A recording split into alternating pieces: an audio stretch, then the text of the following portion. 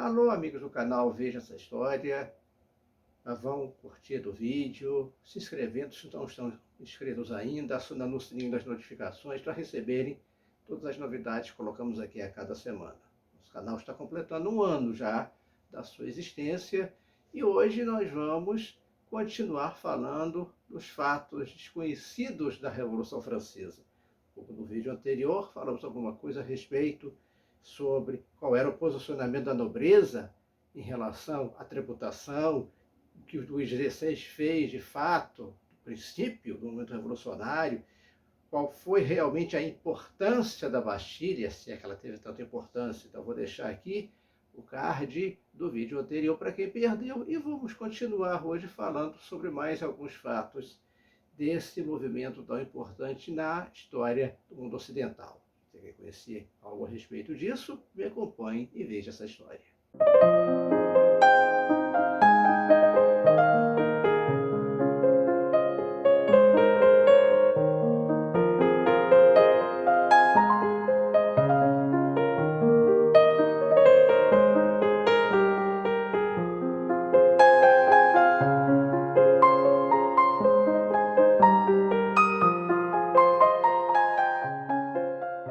Na França de Luís XVI ainda existiam resquícios feudais e existiam.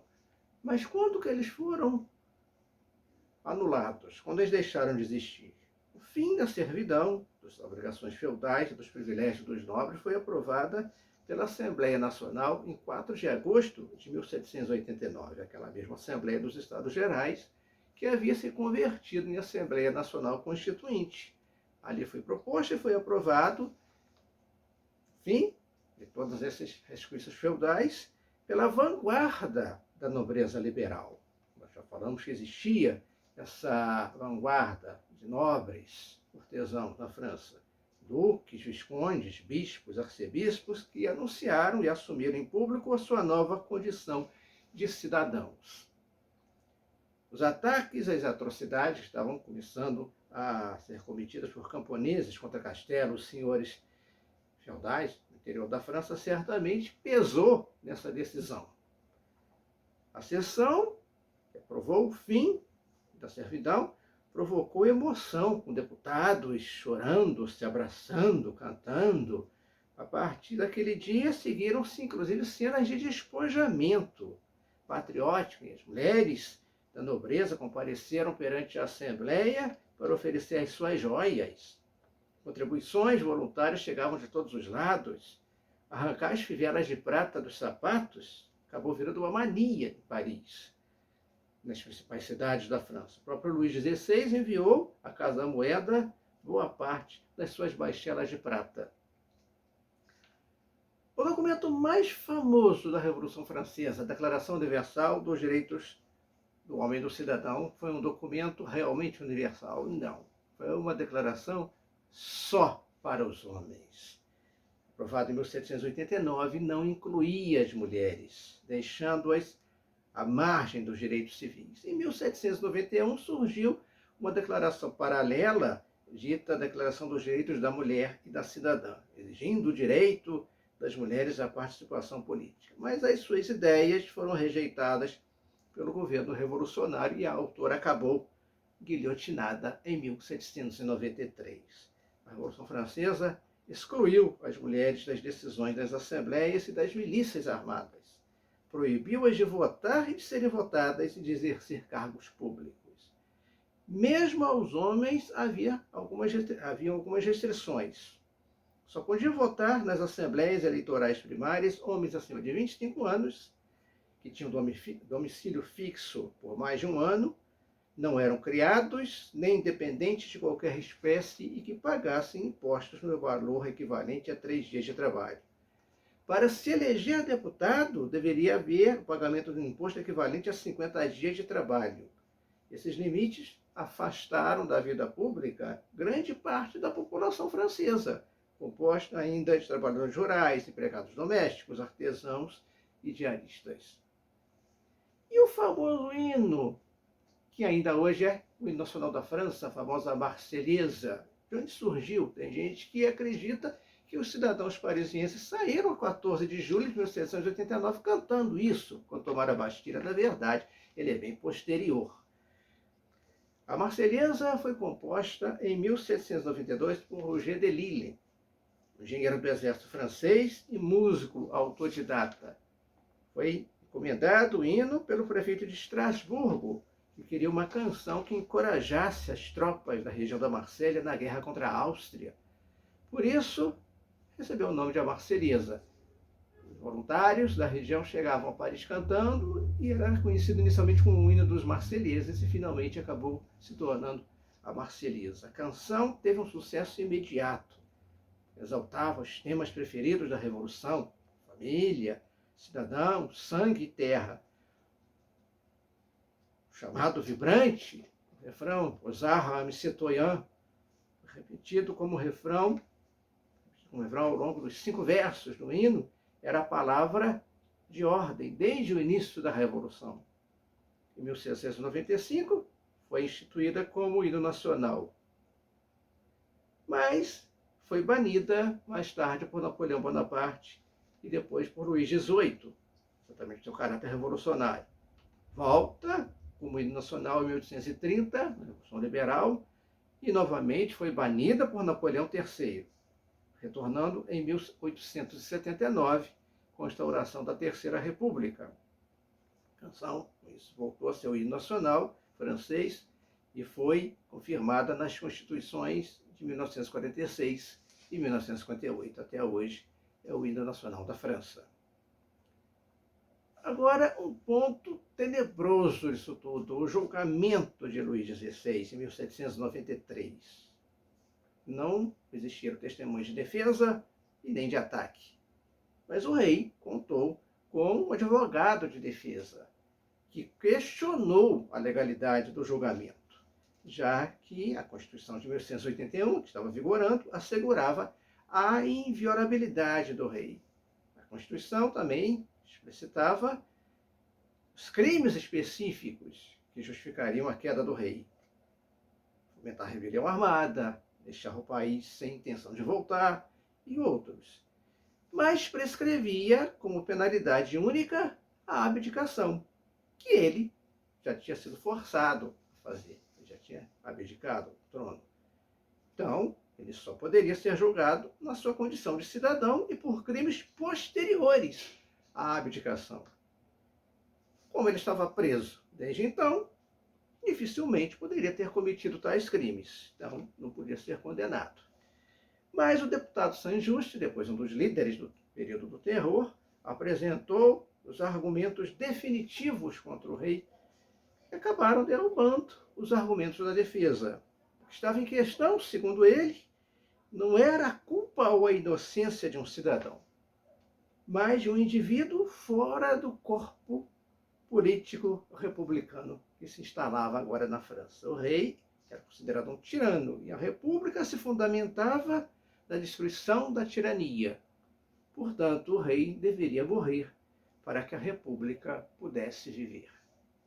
Então, foi essa a motivação para a execução de Luís XVI. E a votação a respeito do que aconteceria com ele. No julgamento, a votação foi oral. Exigência de Marat, uma forma de denunciar os traidores. Cada um dos 749 deputados deveria responder se o rei era inocente ou culpado, inicialmente, qual seria a sentença e se o veredito deveria ser submetido à votação popular. Portanto, 3 votações. No dia 15 de janeiro de 1793, todos os deputados presentes consideraram o rei culpado e 424 rejeitaram o apelo ao povo. A sentença é que foi mais complicada. No dia 16, ocorreu a votação mais dramática. A sessão começou às 20 horas, estendeu-se até a manhã do dia seguinte, quando foi anunciado o resultado. 387 votos pela morte incondicional, 334 pela prisão seguida de exílio e 28 abstenções. No entanto, alguns deputados não concordaram com a categoria em que seus votos foram enquadrados e exigiram uma nova votação. Essa nova e definitiva votação aconteceu na sexta-feira, 18 de janeiro. O resultado foi de 361 votos a favor da morte e 360 contra. Por apenas um voto de diferença, Luís XVI foi guilhotinado. E a sua execução ocorreu na manhã do dia 21 de janeiro de 1793. Quando ele era conduzido ao local da execução, houve ainda uma tentativa de libertá-lo, porque ele não tomou conhecimento, ele não sabia. Carruagem fechada. O nobre convocou 300 monarquistas e avançou em direção à carruagem, onde estava Luís XVI, gritando: quem deseja salvar o rei, venha comigo. Mas foram denunciados e poucos compareceram para nessa tentativa de libertar Luís XVI. Deles, 3 foram mortos, mas o líder conseguiu escapar. Luís XVI, esse não percebeu absolutamente nada. Quando a lâmina da guilhotina caiu, uma salva de artilharia anunciou a morte do rei. O carrasco mostrou ao povo a cabeça de Luís XVI. O povo gritava: viva a nação, viva a república. Seguiu-se uma histeria coletiva. Alguns conseguiram romper o cordão de isolamento dos guardas nacionais, entraram debaixo do cadafalso para molhar seus lenços no sangue do rei, que acreditavam que ia trazer sorte. Soldados molharam seus sabres na poça de sangue. Um homem chegou a lambuzar os braços no sangue e aspergiu na multidão, que vibrava de forma incontrolada. O carrasco vendeu mechas de cabelo ensanguentado do rei e também pedaços das suas roupas. Depois disso, começa o período dramático do terror, que vai durar perto de um ano, de agosto de 1793 a julho de 1794, quando os jacobinos estiveram à frente do governo. O radicalismo, na eliminação dos supostos inimigos e traidores da pátria, multiplicou os julgamentos sumários, sem chance de defesa e até mesmo sem provas. Calcula-se que cerca de 40 mil pessoas foram executadas na guilhotina, mas também por afogamento, fuzilamento e até machadadas. É lógico aquela velha história que a gente escutava, que o rio Sena ficou vermelho de sangue, é um exagero. Mas foi muita gente guilhotinada, executada de outras maneiras, sim. Os executados não eram só nobres, ao contrário, tinham origens variadas: aristocratas, oficiais, magistrados, padres, advogados, comerciantes e industriais ricos que eram acusados de cometerem crimes econômicos. Ninguém explicou que crimes eram esses. Mas também tecelões, artesãos, chapeleiros, alfaiates, cervejeiros, costureiras, donos de cafés, garçons, livreiros, açougueiros, cocheiros, empregados domésticos, tipógrafos, cozinheiros e outros mais. Mas nem toda a França passou pelas mesmas atrocidades do terror. Cerca de 90% das execuções ocorreram em apenas 20 dos 86 departamentos do país. As cidades foram mais atingidas foram, obviamente, Paris, depois Lyon, Nantes e Marselha. E fechando aqui o nosso ciclo de novidades, de assuntos não conhecidos da Revolução Francesa, e Maria Antonieta, o que vai acontecer com ela. Antes de falarmos disso, não se esqueçam de curtir o vídeo, de se inscreverem se não estão inscritos, para que possam acompanhar sempre aqui essas nossas histórias. Maria Antonieta foi executada junto com outras mulheres desonradas. Vamos ver o que é isso.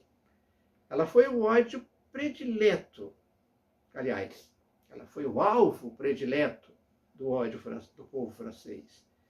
Entre outros rumores e mentiras sobre ela, já dito no outro vídeo, já existiam fake news na época, está aquela célebre frase que, infelizmente, algumas pessoas volta e meia repetem como se ela realmente tivesse dito isso: se eles não têm pão, que comam brioche, referindo-se aos famintos e miseráveis de Paris. Na verdade, ela nunca disse isso. Isso foi criado, inventado depois.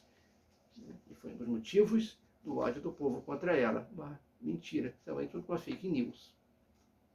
A rainha foi acusada, inclusive, de manter um relacionamento homossexual com uma condessa. Em seu julgamento, 41 pessoas foram chamadas para depor contra ela. Foi considerada responsável por todos os males da França, em especial pela grave crise financeira do país. Foi acusada, inclusive, de incesto com seu filho de apenas 8 anos de idade. Considerada culpada, foi condenada por unanimidade e guilhotinada em 16 de outubro de 1793, quando tinha 37 anos de idade. Ainda neste mesmo ano, outras mulheres foram executadas na guilhotina, acusadas de não serem esposas recatadas e boas mães republicanas, segundo a visão dos jacobinos, que eram, chamaríamos hoje, bem machistas, na verdade. Esperavam que as mulheres tivessem um determinado comportamento e se fugisse aquele padrão que eles determinaram, guilhotina nelas. Então essas foram algumas das histórias da Revolução Francesa que muitas pessoas não conheciam. Vocês sabiam alguma coisa a respeito disso? Coloque aqui nos comentários. Se não sabiam, comentem também o que acharam a respeito de todas essas novidades a respeito da Revolução Francesa. Deveriam sim ser falados, até inclusive nos livros didáticos, nós não encontramos isso. Vou deixar aqui na descrição, mais uma vez, o link de onde recolhemos esse material, para que vocês possam ter acesso a mais detalhes a respeito disso.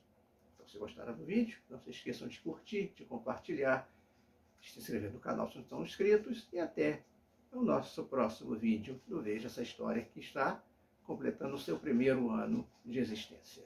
Até o próximo.